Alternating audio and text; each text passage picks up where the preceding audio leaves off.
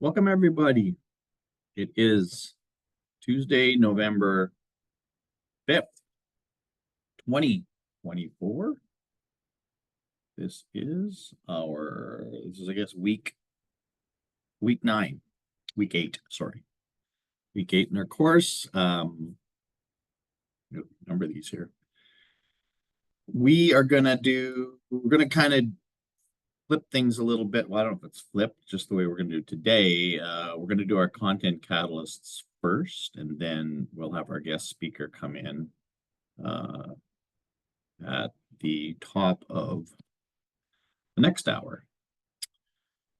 There's a few little housekeeping things I'm just going to mention to you. Some of you have already gotten an email from me about your major projects through U of R courses. If you haven't checked it, check it. I sent about 6 or 7 of you that. I'll finish the rest of you with just some comments and suggestions. So have a look at those. And there are questions. If you have other questions, and yeah, let's talk. But everything's kind of looking good so far. And listen, as far as people are asking about, like, as honestly, as far as grading goes, I haven't done any actual grading. All I've done is been tracking kind of your progress along the way, just to ensure that everybody's kind of keeping up with things. So again, that's all good on everybody's part. And I probably mentioned it early on. It deserves reiterating. I am about as fond of grades as I am of root canals and other things of that nature.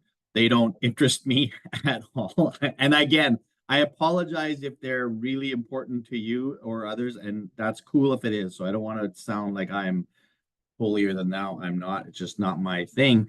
Meaning that you will have a high degree of autonomy in your own grade in terms of how you can justify it. So if you are down with what you've been doing and are excited about your work and feel like you're doing all you can, you're good. You'll get kind of what you want out of this course. So but that said, we'll have a little maybe conversation perhaps next week in a little bit more detail if there's anything that people need to be have to think about more broadly. But kind of wanted to make sure that at least after this week, people have kind of what they need in terms of continuing to work through their major projects. And if there's anything that I think they might want to shift or change, that's fine.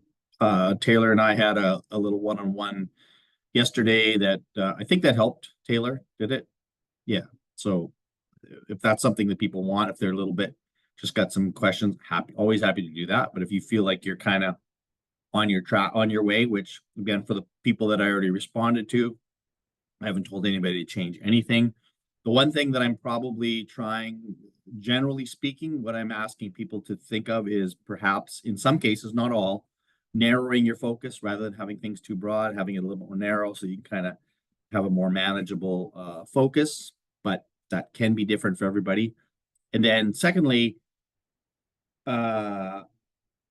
thinking about, I'm trying to allow people to kind of lean into their strengths. So for example, those people in terms of the final product itself, whether that could be a video, whether that would be a document, whether that would be, something where there's a voiceover kind of thing.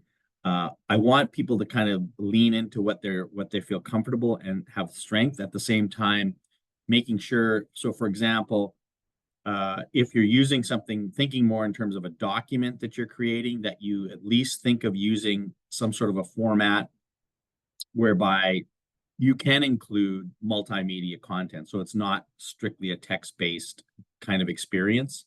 And I mean, there's a lot of, sure, you can, stick with Word, Google Doc, that kind of thing. They have that, it's not like you can't embed that content in there. But I think in terms of what you think would be most accessible for your end user, whoever that might be thinking about them and how you can make things as easy and as useful for them as possible. So as you're in that design process, thinking about your audience, I think, is a really critical piece to that. Anybody else got some sort of general brainwave story to tell? I was excited. Miranda, I know you weren't here last week, but it sounded like you were doing something kind of cool, and you posted a little bit about that, that's kind of cool too. I appreciate that. So I don't know if anybody's wants to just do kind of an open end share before we pass it over to our content catalysts. So you're not the first one, Lisa. Who else? Somebody else had that book. Oh yeah, Jenny had that one too. So what I would say about that book, and full disclosure, I've not read it. Have a lot of people who have. A lot of people are somewhat critical. I shouldn't say a lot of people, but there is a group of people, even people in my circles, who are critical of the book in terms of its, I don't know, I would say sort of potential simplicity, like that the root of all problems lies in sort of cell phone and things like that. Now, that said, I know many of the, I've seen a zillion of his kind of shares, and I follow him on Instagram. And listen, as a grandfather, I totally concur. Like, I'm trying to reduce it too. So I think what he's trying, this is just me. What I think he's getting at, I'm interested. I think, again, just always have that lens of, maybe not all these parts are, maybe he hasn't got it right. Because he's trying to push an agenda and idea, which that's fine. But I like a little bit of like, oh, maybe that's not the whole story. So anyway, but that's good. I'm glad you guys are diving into that one, because I think it's an important conversation, which is also interesting. And even today, you might want to, when we bring our guest in, Chris Kennedy, somebody, if he doesn't talk about it, he might ask about, and it's a conversation that you all had here. I know Dustin's mentioned it earlier, the whole cell phone thing, even asking him from a superintendent perspective, that kind of whole thing, because I think it's been interesting to see the way it's sort of played out in the last few months. I would argue probably more positively than I think people would have guessed, thought it would have maybe caused more problems. So anyway, just part of that conversation. Anything else people want to share?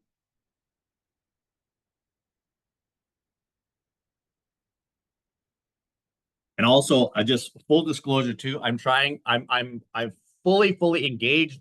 That said, right above me is this giant television in my room. Oh yeah, there you go. Jenny's not. It's usually a game that's on in the background. Although Tuesday nights, typically are not big sports nights at this point in time. A family member invited me over tonight to drink wine and watch America Fall to Pieces, and I was very sad to have to turn her down. There you go. Well, from all accounts, they're not going to know anything tonight anyway, so it's highly unlikely that there'll be anything. I mean, it's only 5 o'clock where I am here, so maybe by the time I go to bed, they'll have something more than maybe you would. But anyway, all right, let's get into it. So today we have Lisa, Anna, and Chris are going to wow us. And just again, when you take this, because next week's going to be interesting in that Taylor is the only one that's sharing next week. And she asked me, do I have to fill up the whole hour? To which I answered, no, you do not. So, each of you have 15, 20 minutes, however you want to kind of manage that conversation. That's all you. So that's kind of where we're at today. So if we happen to finish up a little bit before the top of the hour, even better. Which I shouldn't say even better, but that's cool too. So who's going to get us started with Lisa's going to take us away, Lisa. And again, I'll make you co-host so that you can do all the breakout room. And by the way, just so that you all make Chris co-host too, and Anna. When you go to do the breakout rooms, if you want different people each time, I can't remember what I have to click, but just be sure, because otherwise if you do it, it'll be the exact same groups. And if you don't want the same groups, then just make sure you look for that. All right. Bear with me. I haven't ran a Zoom room since 2020 in the fun times.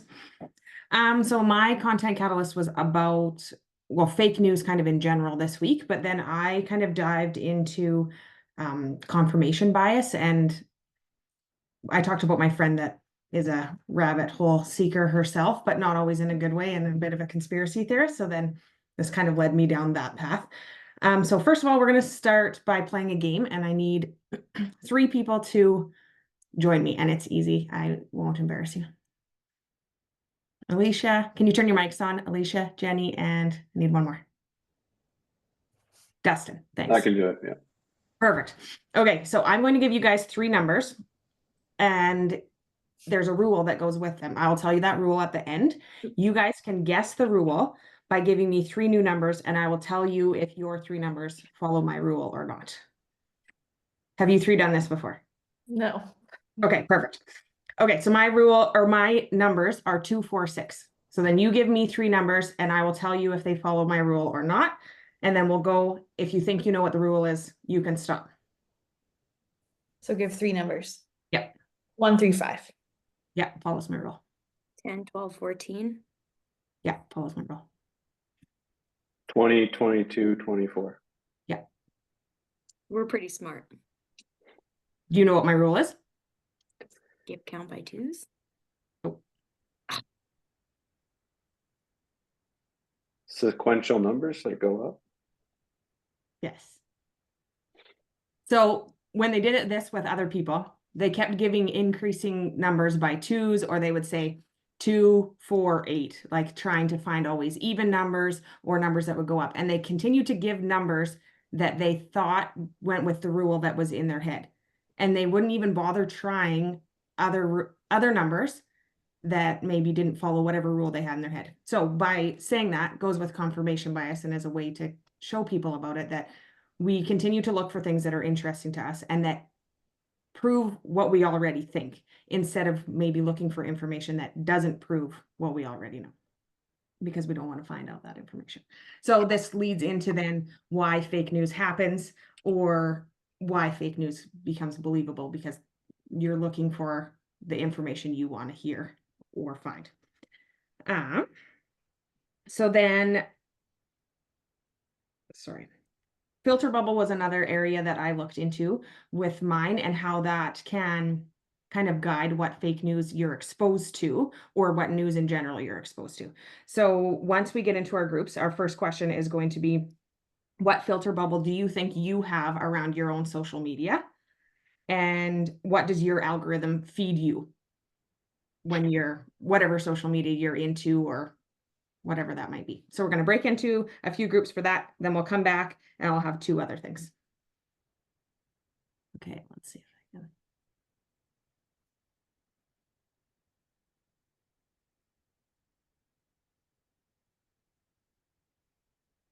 We'll be back in like 2 minutes. This doesn't need to take long.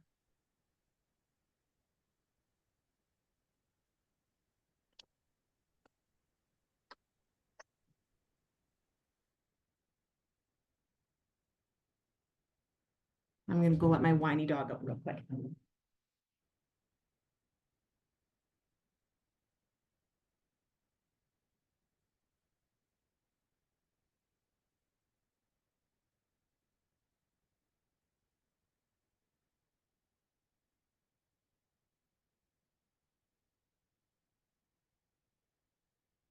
Just going to go throw those in the chat just in case people weren't actually listening.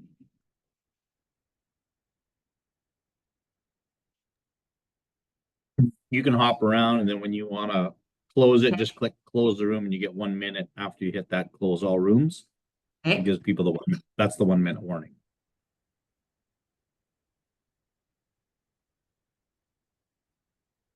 This is making me way more nervous than I was expecting. No, you're good. You're good. I'm gonna jump around too. Yeah. Mode.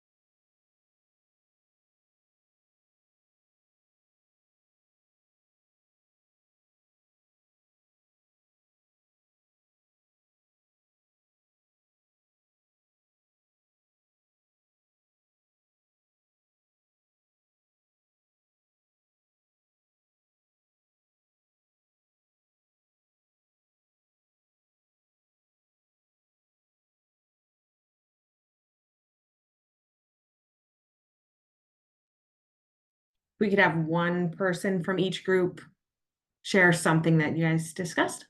Group one. Sorry, I should have put you on the spot earlier or made you decide who was going to be that Oh, person. it's okay. I'll just quickly run by. Yeah, I just said that it kind of is interesting to see, like, even just listening to you, like you just don't think that it is, and then all of a sudden you're getting like some random stranger was having a conversation and all of this stuff keeps popping up. Like I was just saying how uncomfortable some of the reels I get on Instagram are, and they're just like really pushing the limits there. But yeah, just that like I play a lot of volleyball, I teach, like I'm a parent, like those are just the things that come up all the time. But we talked a little bit about the ChatGPT thing about how if you like search something like what is the importance of water, well, you can get educational stuff and you can get like a blog or opinionated view of it where it's not necessarily educational. So that's kind of like the part of ChatGPT that doesn't really work all the time, or kids don't understand it, I guess. Group two.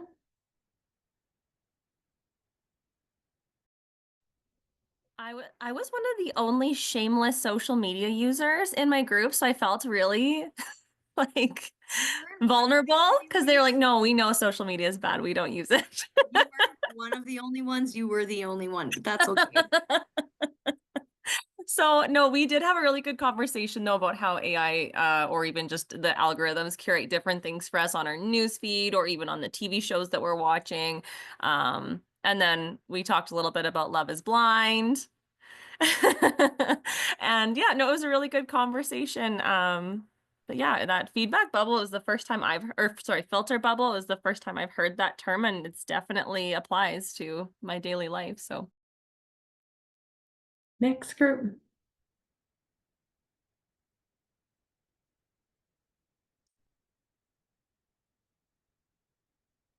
Jason, can I tell you to do it? Can't hear you yet.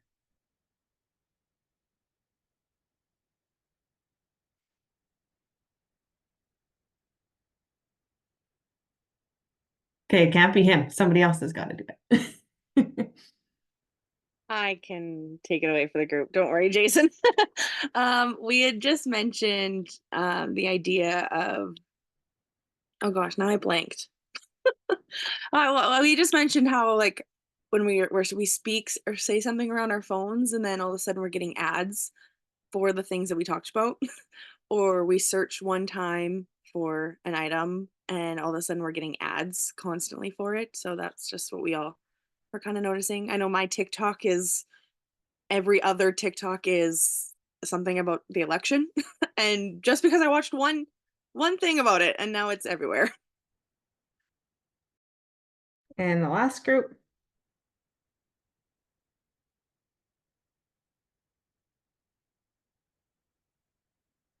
I'm guessing Sorry, the I last started group. talking. Yeah, you can go ahead if you want, Kathleen. Oh, okay. I was just going to say we kind of just chatted about like my experience is different social media platforms. I have kind of different bubbles depending on what I'm using it for, and my algorithm's a little different for each one. And then kind of that's just what we shared as well. Joshua said he mostly just uses his for sports news, so that's what his shows. And then Andrea kind of said the same. Hers is quotes and life things, and yeah. So kind of just depends on what we're using them for is kind of what we're seeing. I liked as well the what we got into at the end of it, because we started talking essentially about how like when the algorithm doesn't know what to do with you as well, because recently brain rot, I guess, has gotten me to check Facebook every once in a while, 2 or 3 times a week for less than a minute. But I scroll through it and I see absolutely nothing that I connect with. I'm like, this is why I don't use Facebook. But for some reason, I keep going back. Or like Kathleen said that she had just re-downloaded TikTok, right? And so the early algorithm is like 1 in every 5 videos. Like, I don't know what this is. Why Yeah, this I don't is know what to coming give up. you. Yeah, exactly. So it's funny to see it sort of from the pre-filtered spot Yeah. there. one thing that I appreciated as a mom, my son is 11 and loves TikTok, and I know the dangers that are on there, but at the same time, I can sit down beside him, and if I just watch with him for 15 minutes, I can see what his algorithm is and what it's feeding him, therefore telling me what he's watching and staying on. And usually in that time, it's life hacks, sports, and fishing. So that makes me feel better as a mom. So there's one positive to it there, I guess.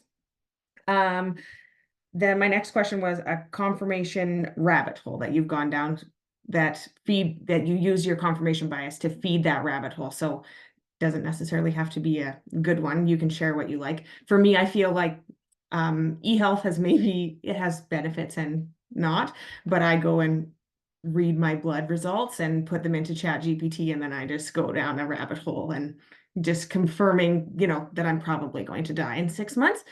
So I'm going to break you out into groups, and if everyone can come up with one rabbit hole that you're willing to share with your group, and then when we come back, if one person can share maybe 2 of the ideas that came from it that you're comfortable with.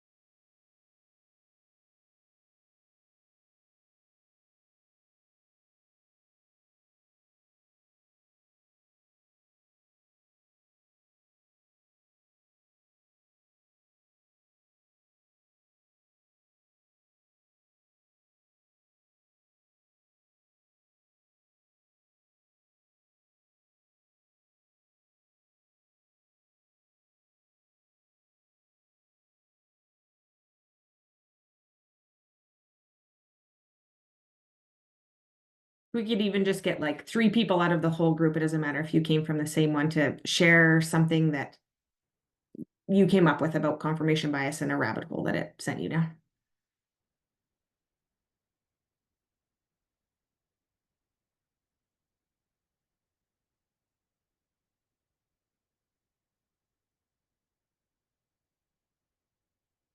You can say no. That's okay. Nobody has to share. I don't have a whole lot of time left, but I just wanted to show you one. I talked about it in my blog this week, but I just wrote it the other night, so not everybody has maybe seen it.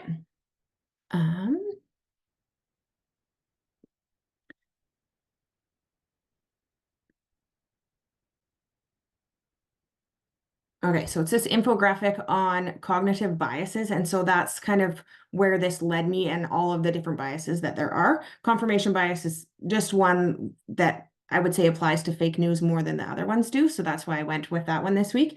And I would just suggest that you go and read through these and think about them for yourself, but then also think about them, maybe how they could affect students and how they're searching for things, or affect students in how things are being shared with them at home, and what that does to them when they're searching things, or even just the information that's being shared around them that their devices are maybe taking in at the time too, and how that can lead them in what they're searching, or what is even just showing up on their phone. Lots of them are really interesting. Some of them seem a little bit ridiculous. And then anything that I read just suggests that if you are aware of your biases, that's the step in the right direction to be aware, so that you're less biased about things and have a more open-minded view, and can critically think about what it is that you're reading and the truth behind it or not. So that is me for today.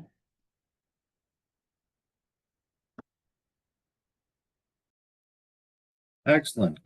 Good conversation. And I think always ones that, I think the best ones are ones that make you go away thinking, yeah, I gotta think more about this. So I gotta think more about this. All right, Chris or Anna? I can jump on if that works, Anna. Right on. Okay.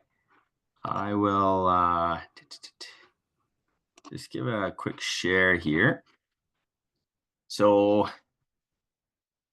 for mine, I've just used a Padlet here, and I'll put you into breakout rooms in one little second here. But basically, I just have different groups, and the Padlet here is you can add a comment to this. So there's just a question, and in your groups, there'll be 5 groups. You're just going to kind of work through these questions. What's kind of nice with Padlet is that you can add a comment, and you can add pictures, you can have GIFs. It's like kind of multimedia. And so, yeah, I think my kind of topic here was looking at combating fake news. And so one of the big parts of this is media literacy. And so it's a pretty general umbrella for how to kind of work at it. But I think kind of going through some of these questions is kind of helping to build what that actually looks like. And so group 1 we just look at as an educator. How have you done it in your classroom? Group 2 is more personal development, media literacy outside of the classroom. Group 3 is looking at helpful website, apps, or programs that you found to help build that. So actual physical or actual like database resources. Group 4 is an actual person, or an actual like resource in that sense that is a person, an actual person. Why would you choose this person? What skills they model? And then group 5 is looking at fake news. Where do you see it? Where does it actually kind of come to life? So yeah, I will stop sharing there. I'm going to go to the chat. I'm just going to plug the link in there. So there's the link to the Padlet. Everybody should have access to that now. And I will throw you guys into breakout rooms. Now, add a room, group 5, recreate. Is this going to work? Options.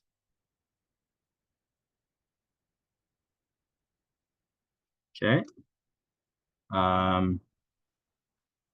Assign automatically, include co-host when assigned. Cool. All right.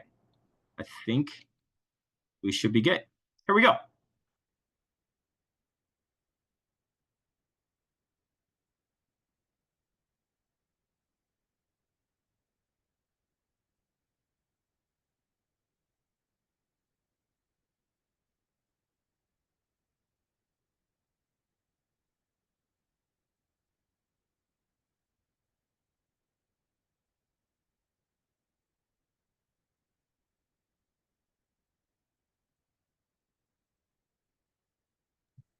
And you're good to close them. When you could close rooms, you got a minute left. Okay, so when I go to the breakout room, I just click here and then go close rooms, and then that'll give like a minute countdown. Yep. I tried to work through this, and it was just funny trying to finagle it when nobody's in the room. So you're like asking all your friends, like, "Hey, can you come check out this Zoom so I can practice?" But it's funny. All right, thanks, Dean. Yep.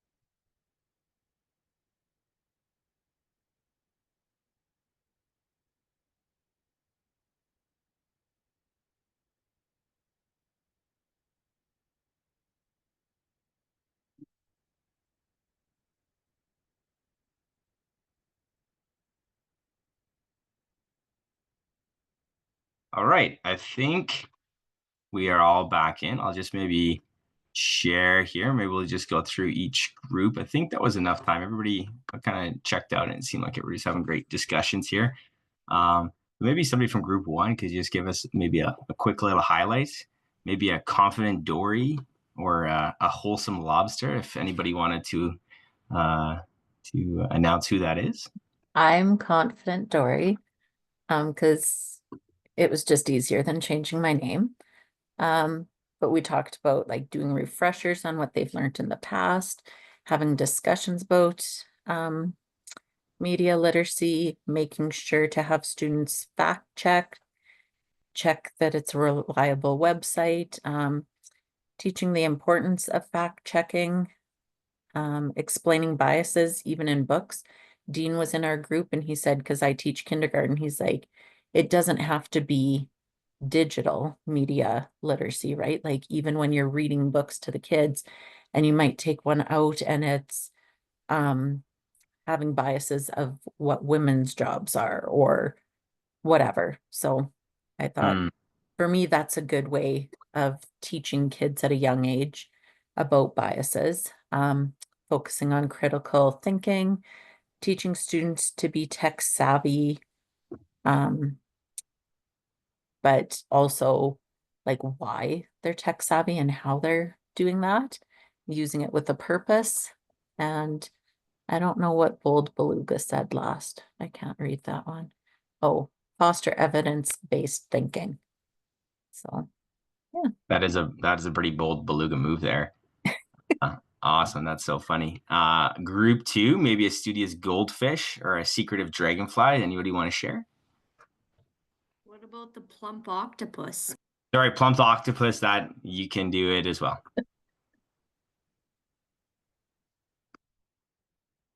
I can do it. Yeah, we just talked about keeping our media literacy skills sharp outside of the classroom. And I know, like, I'm not in the classroom this year, so I'm not teaching this stuff. So it's harder for me to keep that sharp. So I've been trying to stay connected with friends and family members who are media literate and who are critical thinkers, so that if I'm discussing current events with them, they kind of keep me in check on some of those things. Plump octopus likes critical thinking skills and applying them as much as possible.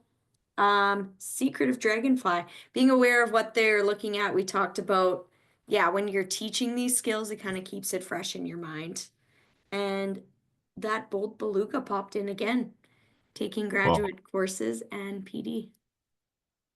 Bold Beluga move. Thanks, Jenny.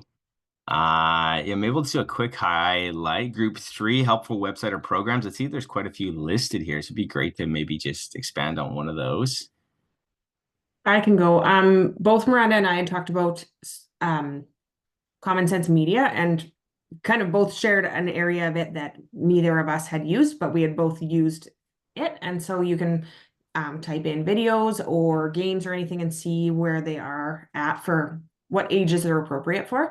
And it's just something that you could share with parents that if they need a little more guidance on what's appropriate for their child's age, and even just plugging in movies or anything like that. So it has lessons that you can teach within your classroom too. So lots of great uses in there.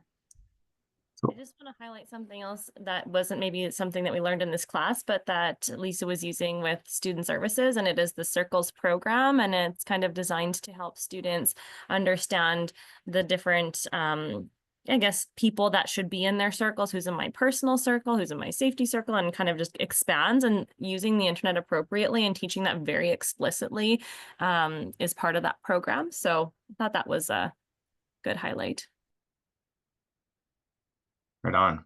Thanks, Brenda. Thanks, Lisa. Group four, we only have an observant Python, but we got Josh and Kathleen. These are kind of more personal connections with people. If anyone want to share, that'd be awesome. I think we all kind of struggled with it at first, and I don't want to put words into Kathleen and Anna's mouths here, but I feel like that's probably because we're not like checking to make sure that those around us are also media literate, you know? And so for my example, I kind of had to base it off of assumptions. You know, I have this one coworker and they're always sending again, I'm not a teacher, but for the online courses and the especially the pedagogical aspect of them, they're always sending useful readings and resources out there for us. And just through their personality, like they're very clearly passionate about this line of work. And so I think I take it sort of on face value there that they're like doing their research and vetting that the things that they're providing to the rest of the team here is correct. So Okay. Right on. Well, thanks, Josh. I think you're right. Like it's sometimes maybe tough to pick an individual person of what that means, and that's a good point there. Finally, group 5, experience of fake news, or where you mostly see it, or what that looks like. I think we see Taylor on here. I don't know if anybody else wants to share, but we mostly just talked about Facebook. In my circles, we sometimes call it fake book. I feel like I don't know where fake news came from, but the person I think of instantly is Donald Trump. And yeah, we didn't have much conversation because we were satisfied with that answer. And for me personally, don't use Facebook really at all anymore. I feel like it's like the junk folder of my email of social media. That's how I feel.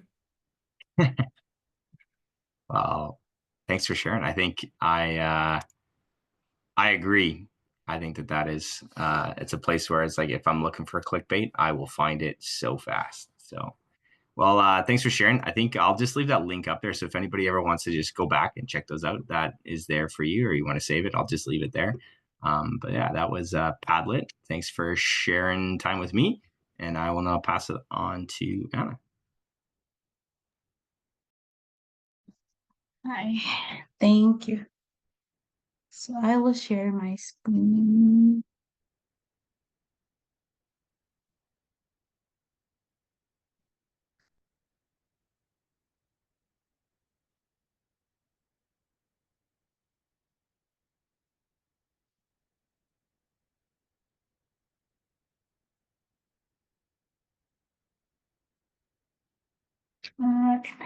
So good evening, everyone. So uh, that main topic that I chose or that I picked is deepfakes. So what motivated me to choose this topic is that I'm a strong supporter of the notion of what we see, to see is to believe.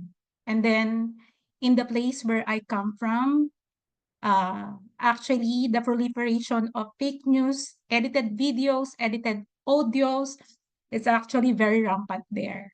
And it was actually used in the 2022 election to fool people. And then sometimes politicians also use that alibi that those videos were actually edited, those audios were edited also. It's actually what we call liar's dividend. They always make it as an excuse. All right.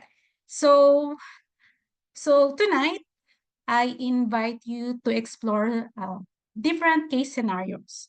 So what will happen is that our class will be divided into 4 groups, and each group will examine a different case scenario. So group 1, your task is to discuss volleyball team controversy, and then group 2, case 2, which is graduation prank.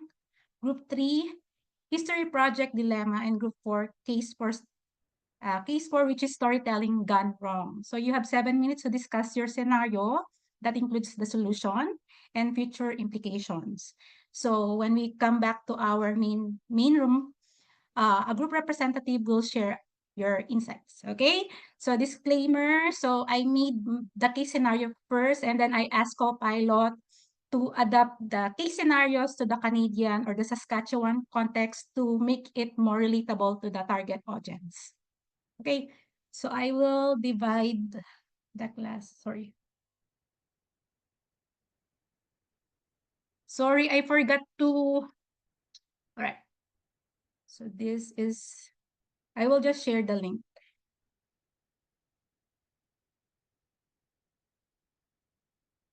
Mhm.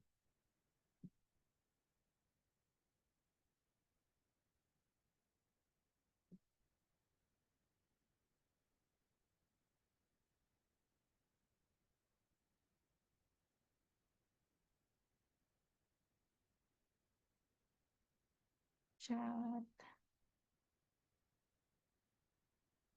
And then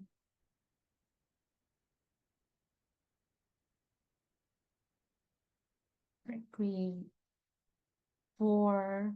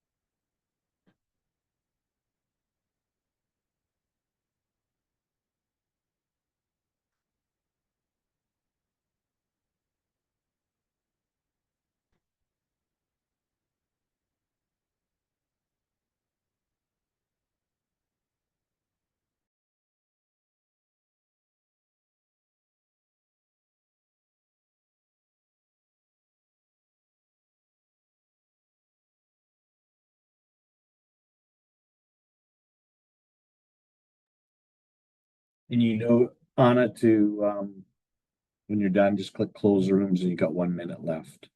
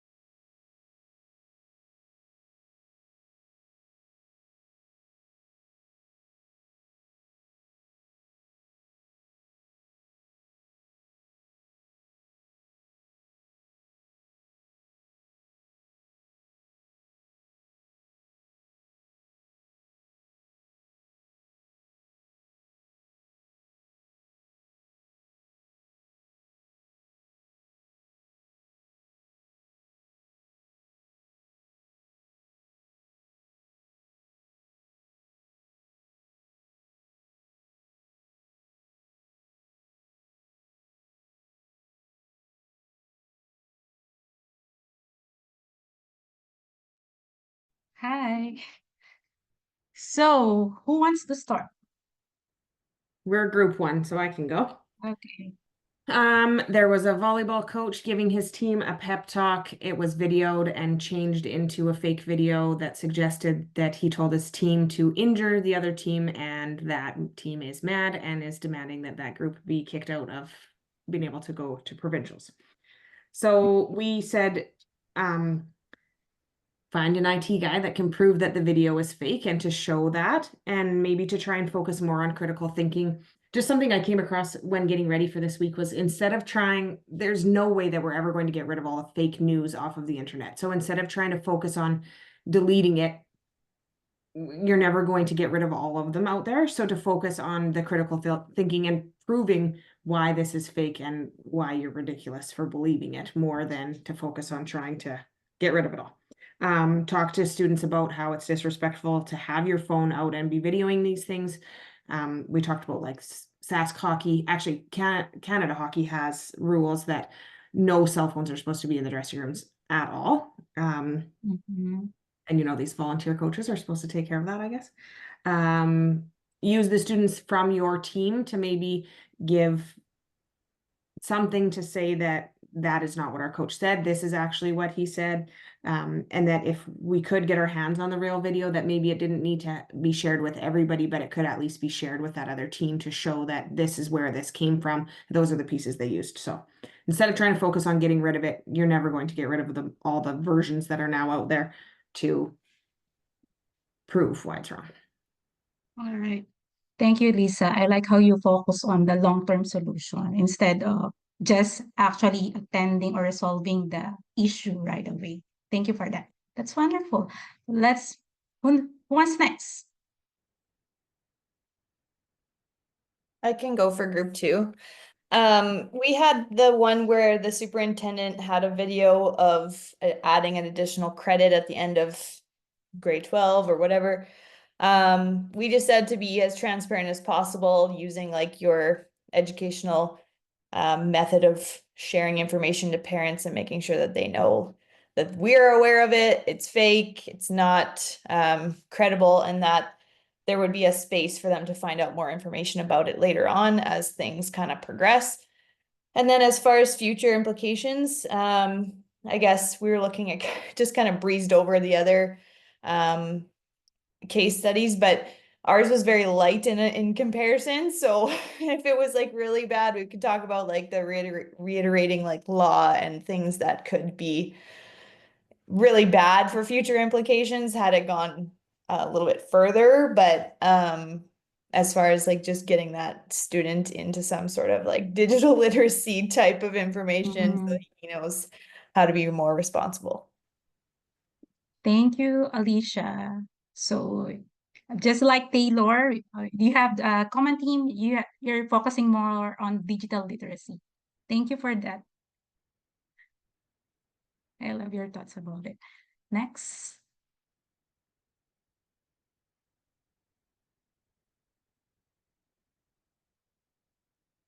I can jump in for group 3. So group 3, we looked at a social studies project where students are supposed to kind of interview their grandparents. And so this student used like a deep fake video of the grandparents that had passed away, and then kind of generated this whole story from there. And so I think when we talk about future solutions and potential impact is kind of like reviewing what exactly are maybe the expectations around this assignment, and having a conversation, because at that point, I think if that's a really clear method of how students can do that, could be, I think it's destined to like a teachable moment for everybody in the future of like how this could look, and addressing maybe where there could be ethical issues here, or where this is. And I think like a big part too is like seeing how the student actually used it, and if they, the process and what they're kind of looking at, what are we actually assessing? And I think that would be an interesting conversation to have with, say, the whole group, to kind of then come back to that. So for sure. Okay, thank you. Your thoughts is very comprehensive. You touch on the ethical issues, and then how to the rubrics or the criteria, the documentation when students can actually incorporate the use of AI into their projects. So next group. I can share for us. Ours was a teacher uses AI to create a video of an Indigenous elder telling traditional stories, and then the local Indigenous community learns about this, and they're very concerned about the likeness of an elder being used and the cultural appropriation. So our group said first you'd ask, because the teacher also shared this with colleagues. So we said you'd ask the teacher to take down the video from wherever they had it, have discussions with the teacher, have them make a plan for moving forward, do some education with them, bring in Indigenous community members to talk about storytelling, and have this teacher apologize to the Indigenous community. Thank you, Andrea. I like how you highlight consultation and collaboration with that case scenario. All right, so I would like to share this code. Sorry.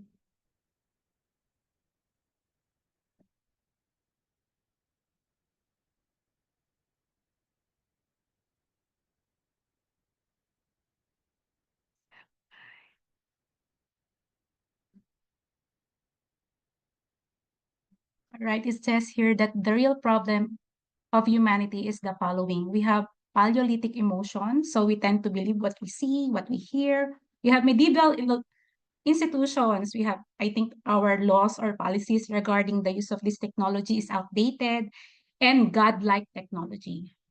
That's it. Thank you, Anna, Lisa, and Chris. You guys did a great job of leading us in those conversations. With that, I see our guest is here, but I'll give you guys 4 minutes. So we'll be back at, I'm trying to do my time calculation, 8:15. 8:15, and then Mr. Kennedy will do his thing. So were you with UBC folks just now? Yeah, I was talking AI with a lot of faculty, and then some pre-service teachers, and it was open to the community, but that's a lot of the folks who came onto the call. Oh, not on site? No, virtual.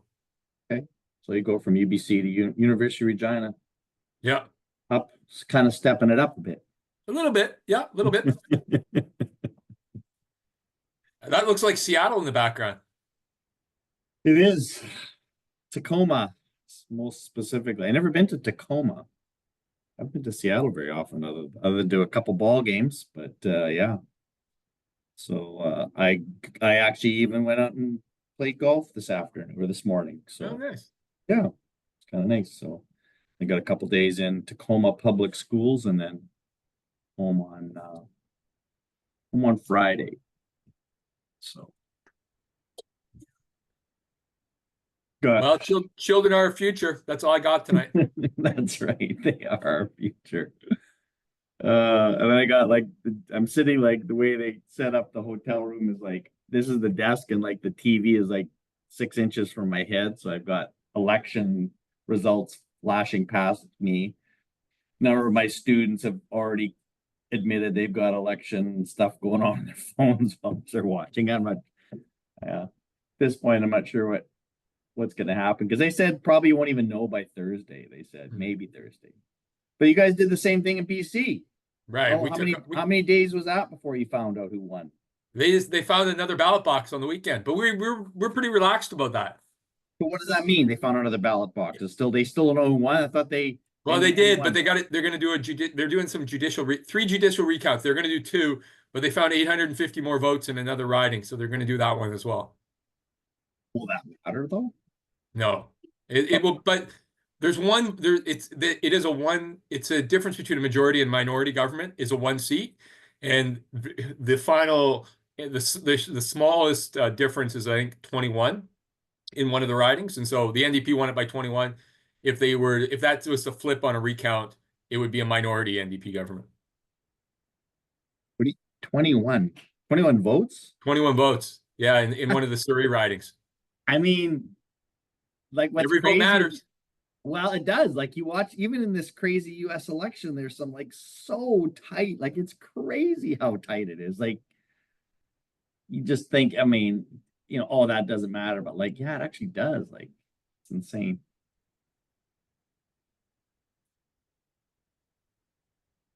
So are you at home or are you at the office? Where are you? I'm at home. Oh, okay. Got your run in already, I'm sure. Oh yeah. I'm more stressed about the next one tomorrow, like every day. Oh, why? Well, you just never know. Weather's been kind of funny this week. All right, we're gonna get started, but I'm gonna give you all a little bit of a hint into Chris Kennedy's life and world beyond his role as superintendent of schools in West Vancouver. He has two, well, really one, I guess, but they're kind of bundled together, insane streaks going. So this guy loves his streak. So he's got a running streak going. How many days are we at, Chris? 1,394. A 5K. And he's like obsessive about it. So last week we were in Toronto and he took a morning flight and he wasn't sure he was going to get the run in once he landed in Toronto because it's a 5-hour flight, all things can happen. So he goes out at midnight and runs, gets his 5K in, then goes to bed so that counts for that day. So much so that his wife said, well, what if you went out like at 11:30 and then you just finished at 12:02? And he said, that doesn't count. It has to start. It's on the day it starts. Like that's, so anyway, that is one way of introducing Chris. I'm sure he's never been introduced that way before. But again, I shared with you his website and a few other things for us on the site. But Chris is a longtime friend of mine, but more importantly, working as a superintendent of schools in West Vancouver, one of the most innovative school districts in Canada, and even beyond that. Chris is somebody who's been blogging for just about as long as I have, probably pretty close, which is really I think that's a really important part of who he is, what he does, constantly kind of sharing that. Really, really tries to lead by example in many ways. And right now, as so many districts are trying to wrap their heads around what's going to happen with AI, they've been kind of leading that charge, trying to get ahead of it, trying to stay current.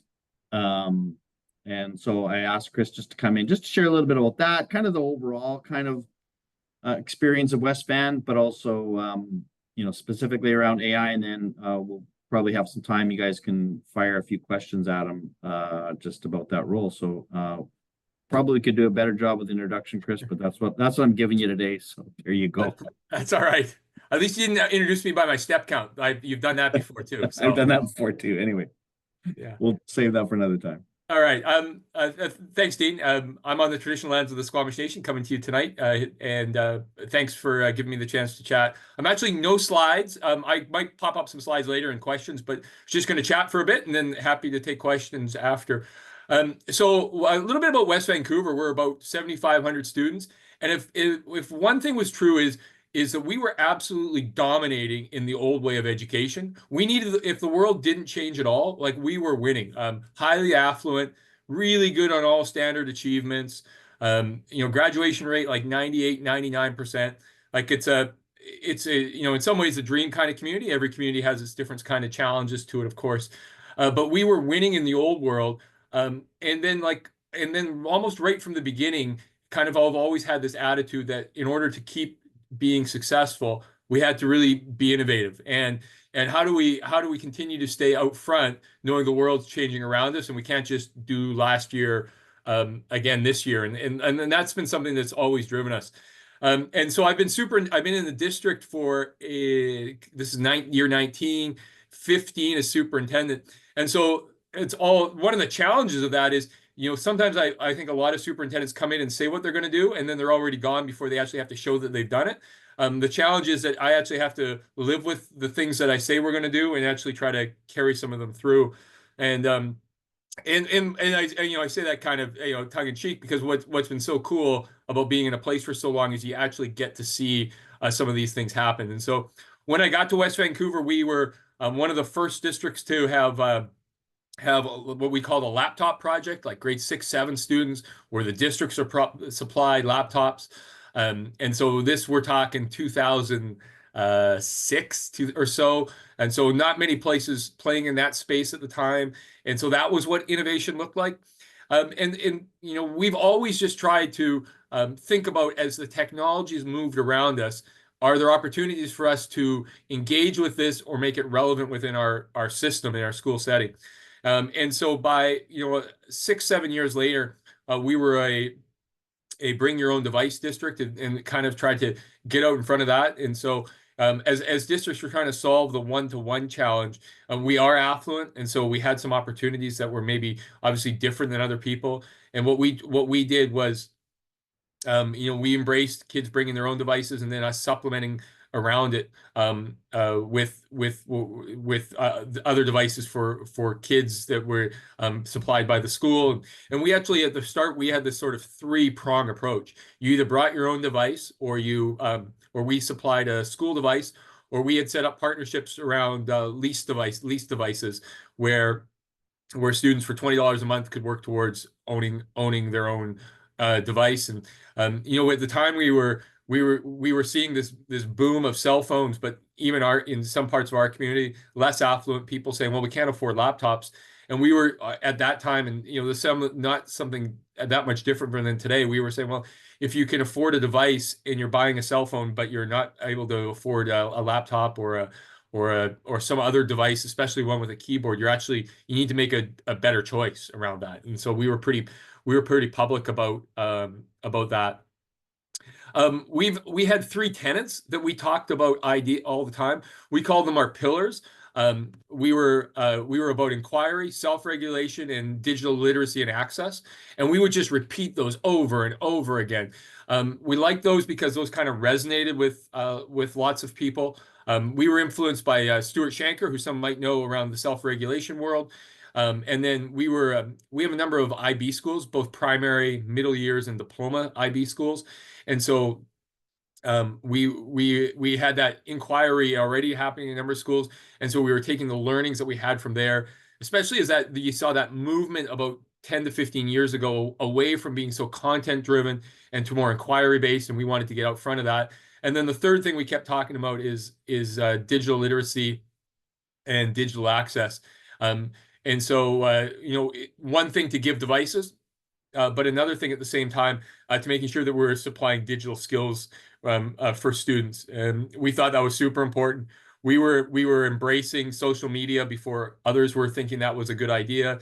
Maybe you know, whether we were maybe too bold at the time, perhaps, but we just thought, like, if kids aren't learning about and talking about it in school, where's that going to happen? It's not unlike the Gen AI conversation right now. Some of you probably heard, I was just on with folks at UBC, and I'll talk a little bit more detail about what we're thinking of Gen AI.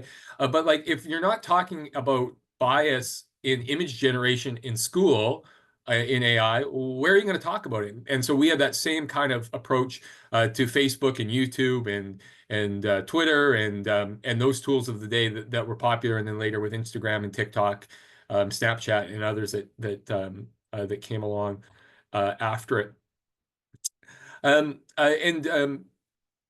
You're thinking about those pillars, and so we've moved, and so as we think today, we still have got 3, and the 3 things that now we're talking about over and over again are all means all, and I've been writing about that, like how do you make sure that it's about every single student. And so I think we've done some work, broad strokes, about groups of students, but we're trying to be really specific and pinpoint each individual student.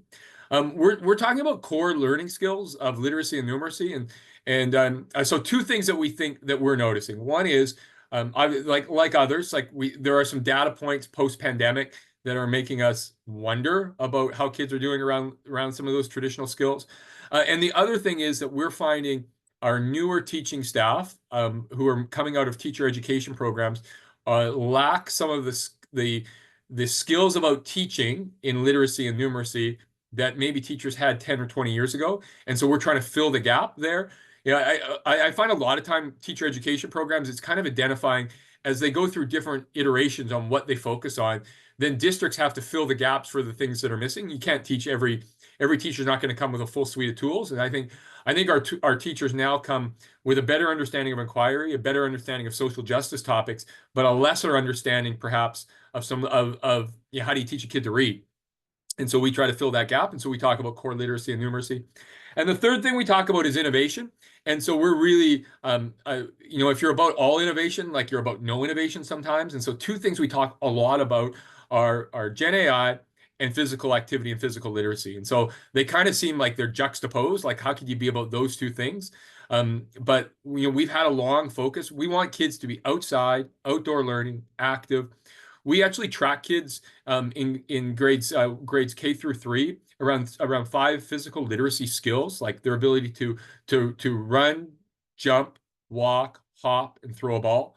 And that actually that if you can't walk backwards by the time you're in grade 3 or 4, it's pretty unlikely you're going to be involved in team sports when you're in grade 6 or 7. And so working with some folks at universities around that and actually being really specific around physical literacy skills, and then just in general about being active and getting kids outside.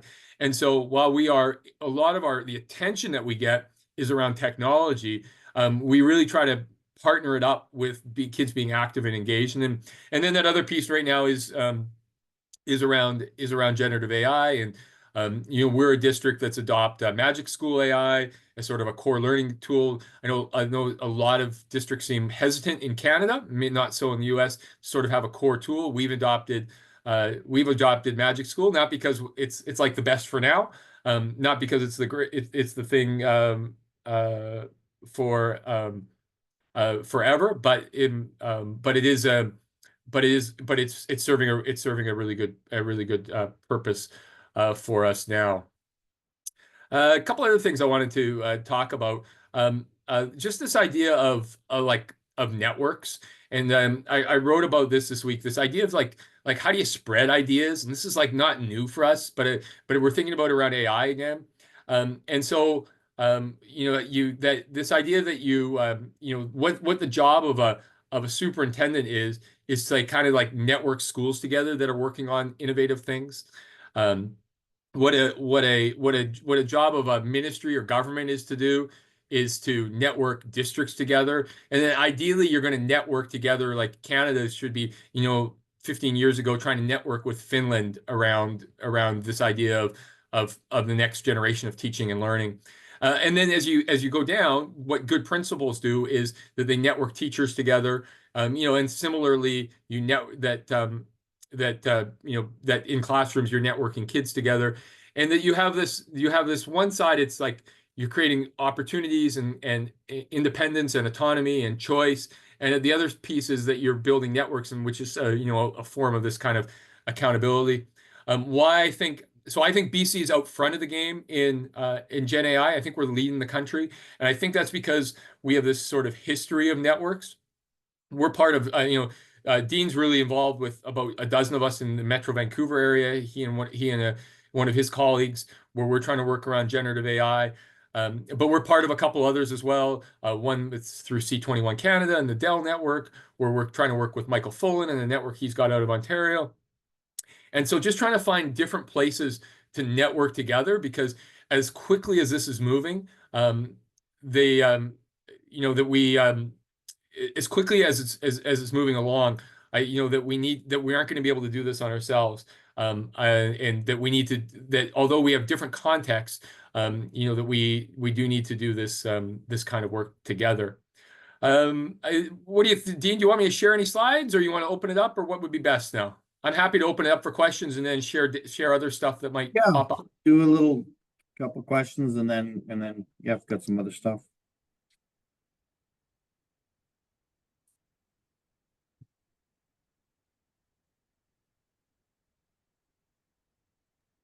I'm more interested about this specific thing, because we have really awful computers when we have to supply computers to students. They typically lower their efficiency. That's how bad they are. So I guess I'm more interested in like what kind of companies you look into as far as like leasing devices to people. Yeah, at the time we worked with Dell, but that was, now a long time ago. That they worked. We also found that I know another district worked with the local Staples store. And Staples had created a partnership with the school district around that. And so we created a lease to own opportunity for kids. We were kind of just the middleman trying to connect them together with the opportunity. And it was, at the time, it was about $20 a month for them to lease to own a computer. Yeah, that's such a good idea. Thanks. Yeah. I've got a question. I was looking at your post about the Anxious Generation book. Yeah. And you kind of talked about unstructured play. And I know of a few friends who are teaching in a school where there's a play pilot program running and teaching through play. I'm wondering if you have any opinions or thoughts about that, or if you've heard of it. Yeah, we've got especially in the primary grades, we have some outdoor play stuff happening. There's a person who's really influential in our district. Her name's Megan Zenny. She has a great website. She has a name for her program, but outdoor learning, outdoor play. But that's somebody who we connect to a bunch. It's fascinating. I think I wrote in the post, when I see people come to see recess in our district, they're shocked at what we that kids play on rocks and they play in the forest and they do those things. They would, like, especially if they're not from Canada, they always can't believe that we haven't like blocked all those areas off, that we're actually allowing kids to play there. And so like I think we don't actually realize sometimes how good we have it with all that, like we're definitely seeing that push away from like the plastic and metal playgrounds too. Like, we spent hundreds of thousands of dollars over the last 20 years on those structures. And now the money's being invested into trying to create like, more natural play spaces and create bog areas for kids to play in, and grassy areas, and like the investment in sort of the environment in a way more natural way than in the big plastic slide that we were raising money for, earlier in the century.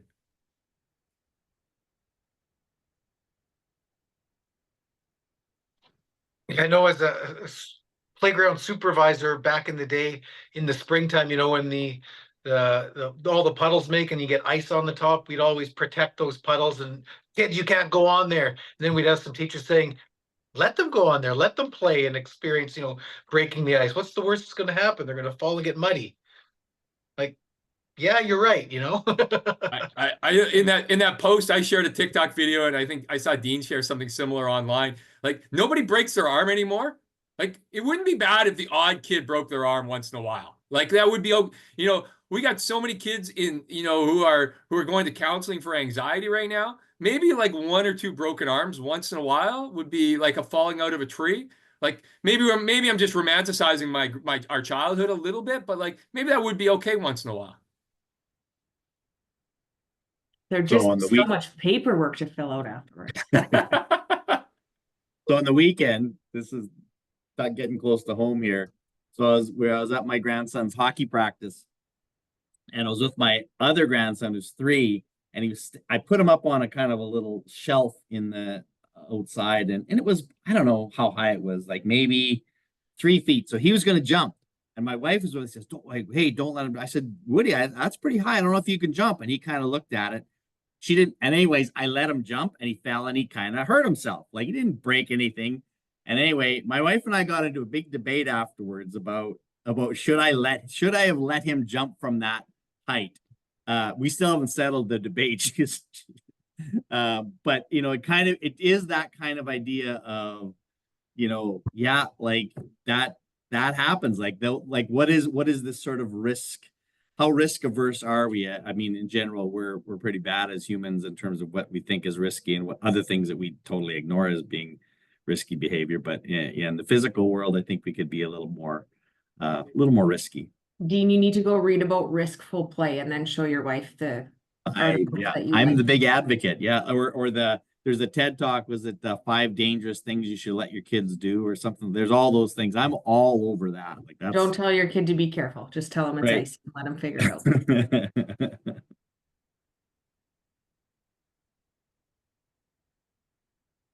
So I've got a question about the AI policies. Talking with a number of students in the class here, it seems that in Saskatchewan we're behind. We don't have a lot of policies. I know at my own school we don't have a policy on AI. Where do you suggest we start? Where do we look? You know, is there a division maybe that we can go online and steal some of their ideas as a starting point? Where do we go for that? Yeah, I will bring up, I'll bring up some slides. So this is actually the presentation that Carrie and I just did. Am I up on screen now? Yep. The generative, the stuff in BC. So as I said, I think BC's done some good work. And so if you're looking like for like the 30,000 foot level, like Australia is what often people talk about, but like BC's pretty good at the ministry.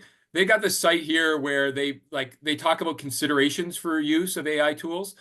They also have created they've also created a number of these infographics. This is the one for elementary students. They've got it in multiple languages. And so just like this is like the introduction. This is like the what is Gen AI. This is how you might use it. They have some teacher stories there as well around it, like about like how a teacher might use it in the classroom. They're pretty, they're pretty simple, but like also just showing, this is how it fits into an ADST classroom. This is how it fits into a language arts classroom. Like they're like some pretty interesting teacher stories. What's cool about the BC example is like, so those of us that are involved with it, like it's like the union along with the government, along with like the superintendents and the principals and the Indigenous community. We've all worked together on these kind of documents that provide that high level ground. And then like this is like the first document that Dean and his partner Adam helped us through is that we created guiding principles, and this is something that's public on the website.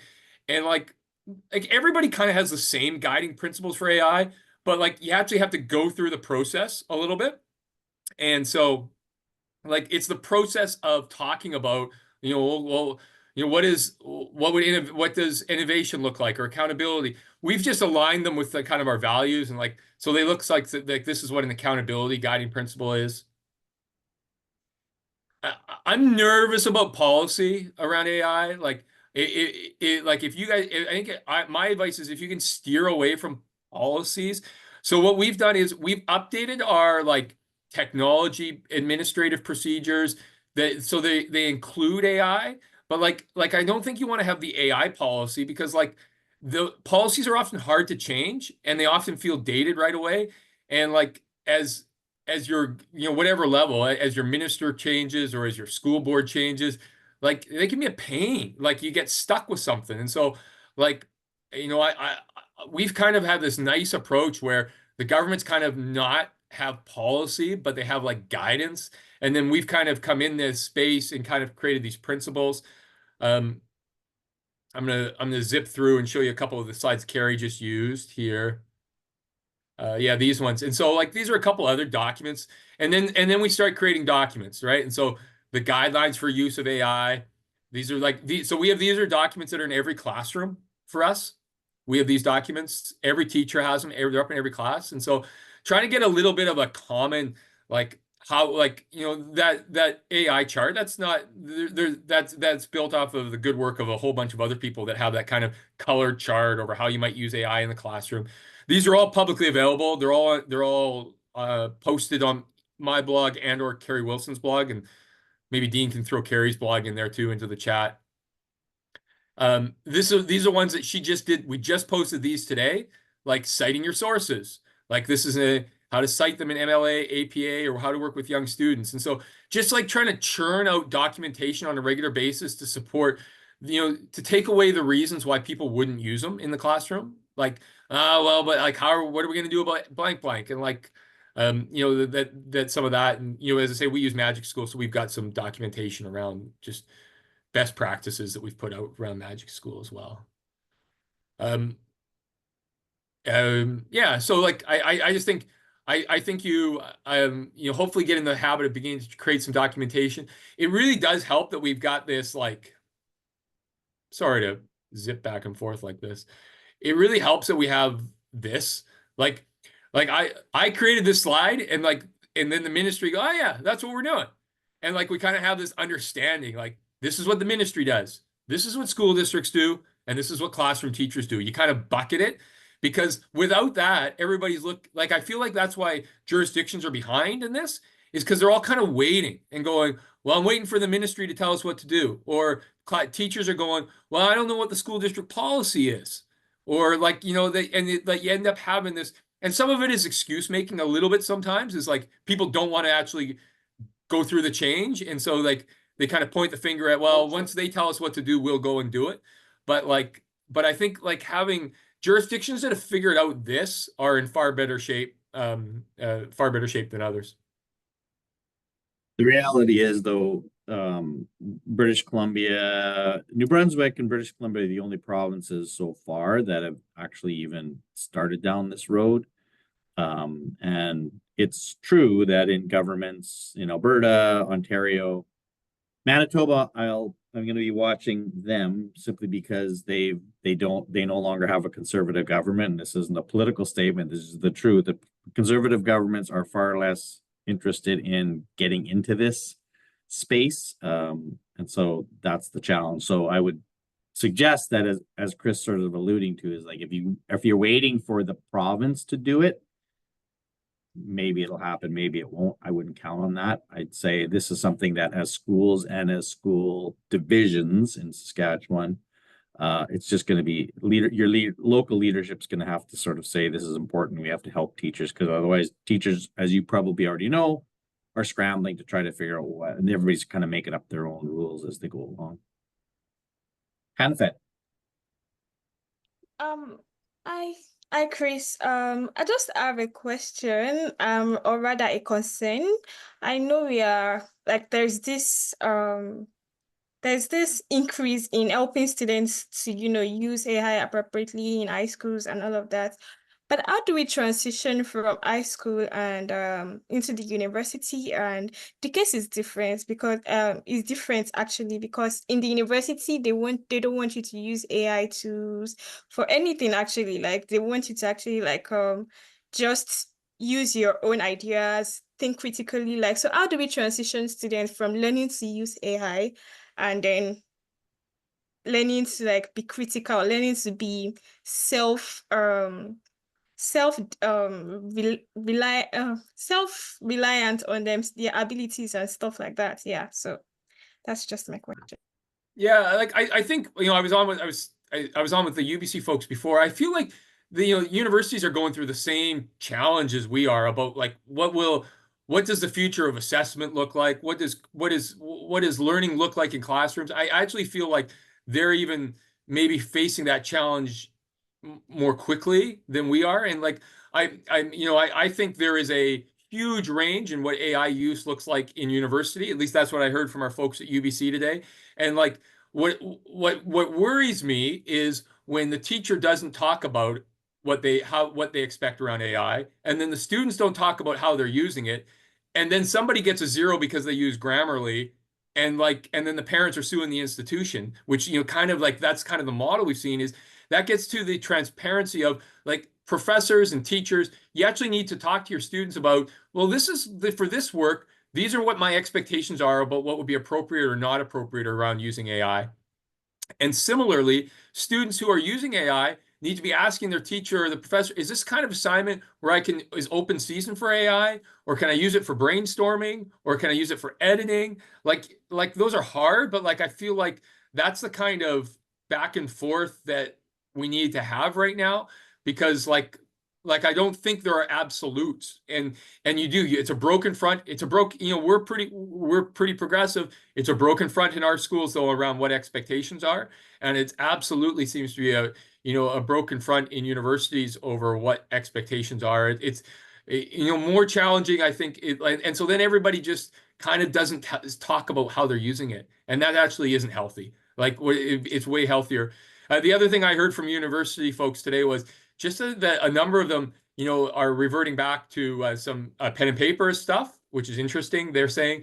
And then the increasing use of interviews and some kind of interaction or verbal interactions with students around what they know. And it will be interesting if that becomes more important going forward is students' ability to express verbally their own ideas as AI grows. That does seem to be an interesting trend that's happening, and that perhaps as teachers have more time to do other activities because AI has freed them up, they'll have opportunities to interview students to understand what they know, and that will become a greater part of assessments, or perhaps it's interviews through chatbots. And so I think that's an interesting piece of the future as well.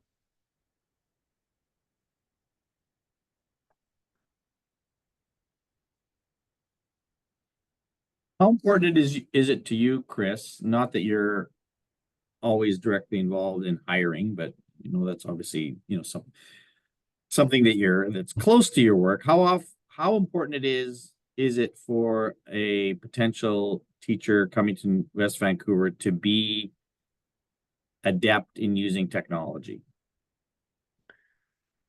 I'm not sure you need to be adept, but you just need to be open to it.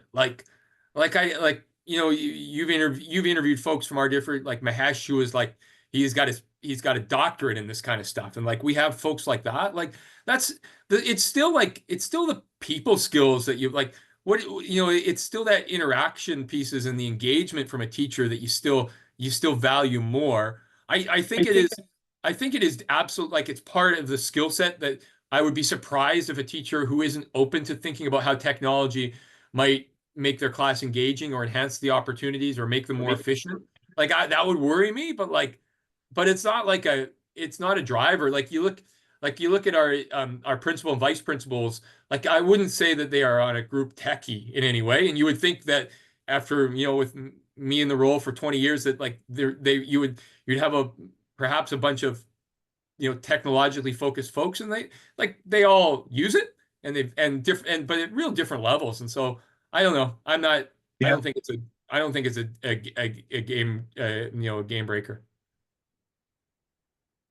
But there is a mindset, I guess that's, you sort of touched on it. There is a mindset that you're looking for in terms of curiosity, and again, my experience working in your school district is that that's pretty prevalent amongst all of those leaders, that there's a curiosity, there's a they're very open and interested, and then thoughtful. Like, sometimes, like, yeah, that might not be for us right now or work, but nobody's holding on too tightly to anything real in that way. Yeah, interest. We have no online courses in our district, which is like it's in BC. That's a rarity. Like, we have some blended stuff happening, but we never got into the online learning game because, I don't know. In the end, we're in some ways traditional, that it's a human enterprise, that we think that the majority of these experiences, that schools are gathering places in the community, that we want kids coming into buildings, and those are the experiences, and you want them in the band and in the drama performance and on the basketball team. That's all part of what makes school, and not just the content and getting through content with ease that comes with online learning sometimes.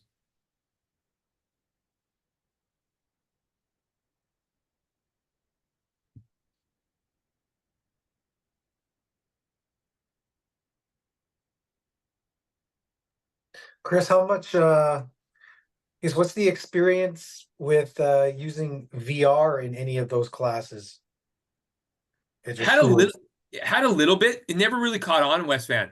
We have had a little bit with the Google the Google the stuff, and that virtual field trips and things like that. But it hasn't caught on very much at all. Had a little bit just through esports kind of stuff, a little bit there as well too. But it's not you wouldn't see much of it if you came to our district. Do you see much of it out there? No, I know our school, we have a sensory room, and we have a pair of Oculus VR headset that our occupational therapist uses with students, and that's about all we've really done with it. I know I'm exploring that for my project, so I'm just wondering, what was being done. So interesting that it's not as a hot commodity as I thought it might have been.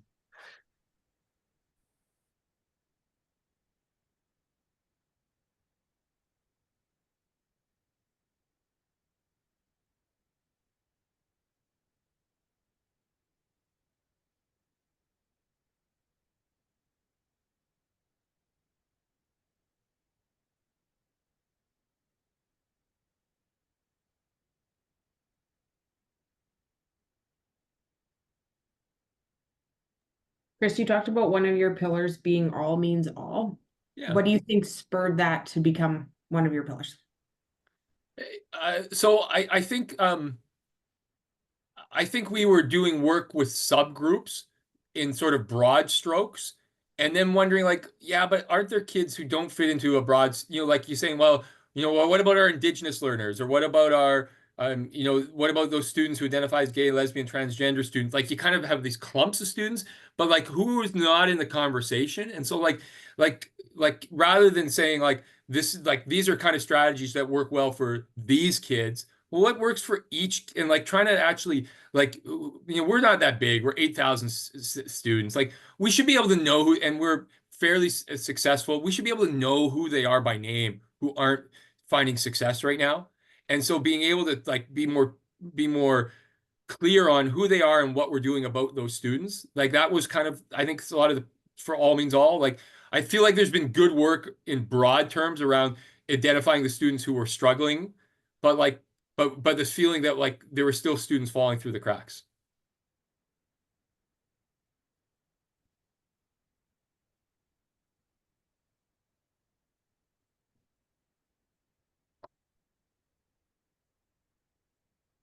You always talk about, and I mean, this is, you kind of referenced it early on, and it's something I've known about West Van, is that if you did nothing, everybody would be happy because your kids are, you've got a high percentage of students that go on to post-secondary, and so grades and things are still a big deal for a lot of people.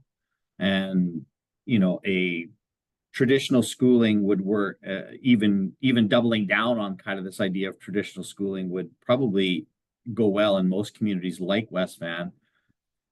How have you specifically navigated to help parents understand that getting a great grade is not the pinnacle of a great schooling and education experience? Yeah, like maybe this is a little controversial. Like I actually, we like the standard assessments because in some ways we have a foot in both worlds, that as we do a lot of formative assessment and don't put letter grades on work and don't have letter grades up until grade 10 in our system, when students write the standard provincial assessments at grades 4 and 7, they're doing phenomenally well.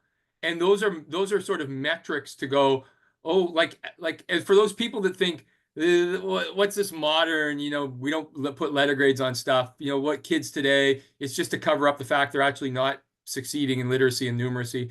Actually, there is this other thing happening, these standard results that say we are. And so that provides cover for us to do more of the other kind of work. And so, that if you do a little bit of that standard assessment work, and we see those results from the province, and that we continue to be successful. And actually what we find is we've seen more kids move from sort of the meeting to exceeding space as we've embraced inquiry, as we've embraced no letter grades, as we've embraced these sort of practices. It allows you to do more of it. And so I think a mistake that sometimes people make is by eliminating all of those experiences that parents had with a whole range of new experiences, which are well supported by research. You create this uncertainty and anxiety amongst parents. And so how do you navigate? And that's kind of one of my roles, is how do you navigate with a foot in both worlds, where you still continue to show success on those traditional metrics, while allowing the freedom and the flexibility for your teachers in the classroom, and to know that you're supporting the heck out of them to not do the same things that they've been done, that were done in their classrooms when they were students.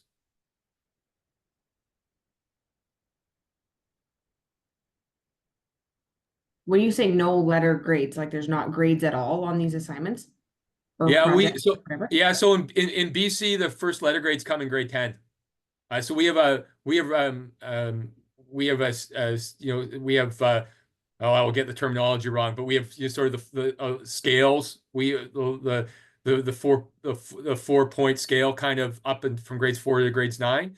The addition of grade 8 and 9 is just a couple of years old, and we've absolutely got pushback in the province around that. Like it was an election issue here. If the Conservative government won, they said they were bringing back letter grades. That was a thing. We're not, but like they didn't win, so I guess letter grades aren't coming back. But like, but like I think it's one of those. It started happening in school districts, and then government kind of responded to it.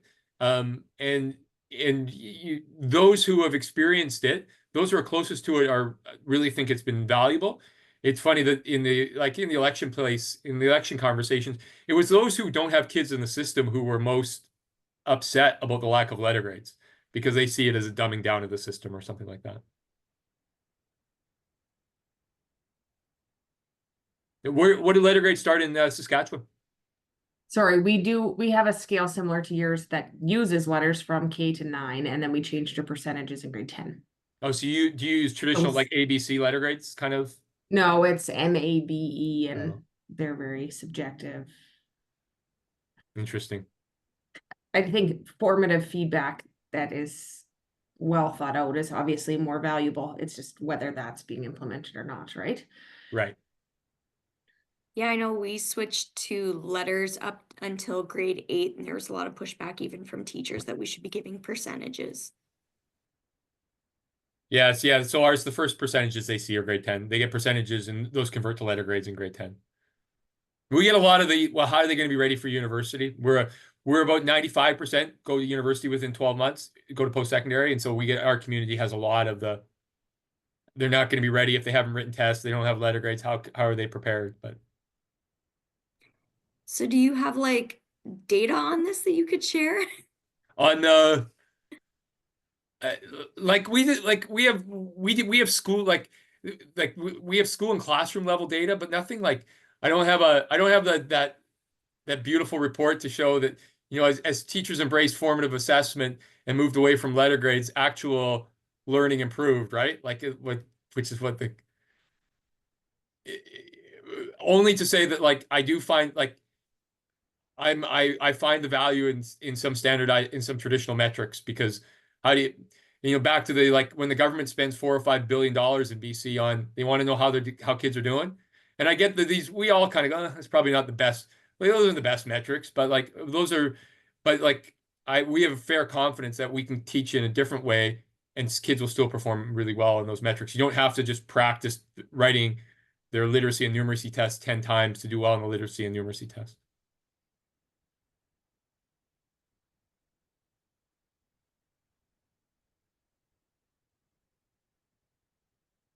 I got one last question for Chris.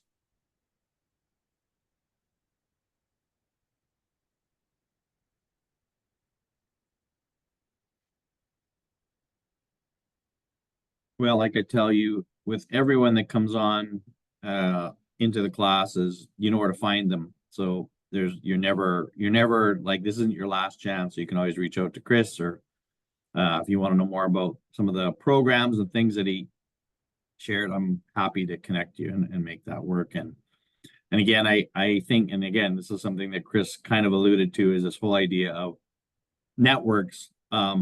We need to be better at that and more interested in what's happening. I mean, everything from the teacher across the hall, which you might not know what they're doing, to the school next door, to the district next door, to the province next door. I get this great privilege, and Chris is very well connected as well, to see what goes on in other places, to be able to say, oh, there's an interesting idea that might help us move forward, and you still kind of owning your own identity and your culture, and you have to work with the people that you know in the communities that you work in. But just so many great things that are happening. I think that the thing about Chris's district too is, as much as anything, in that this idea of physical literacy being such a priority, and I think everybody sort of recognizes that, yeah, gee, we need this, like we need to be better at that. And school in general should just be better in that. So that's I think something that he's very proud of and should be. So anyways, thank you, Chris. Thanks, Dean. Thanks, everybody. We'll talk soon. Okay. Good night. Night. All right. Well, we finished in a few minutes early, I guess. If there's anything you guys need, I want to reach out for anything. Again, as I said, I'm going to be sharing with all of you a little bit of feedback on your projects, hopefully by tomorrow, Thursday at the latest. I hope. So if you haven't seen it, it's in your U of R courses email. So if you didn't see it, that's why it's sitting in there. So we'll go from there. All right, people. I hang around for a few minutes in case somebody has a question and wants to talk to me. I'm here, but if not, have a great week. And I guess you get a vacation on Monday too, right? Remembrance Day. So there's that long weekend coming up. Excellent. See you Tuesday.